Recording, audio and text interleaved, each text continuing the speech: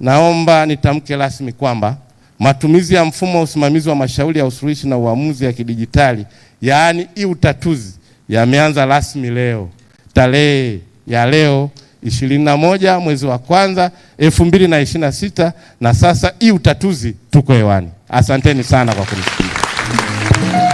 Hotuba ya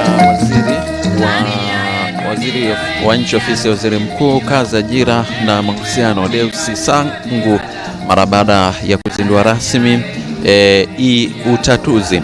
Na hii ni awamu ambayo inatajwa kuleta suluhisho la changamoto zote zilizojitokeza katika mfumo wa huu. Ni mfumo wa kielektroniki ambao usimamizi wa mashauri ya usuluhishi na uamuzi.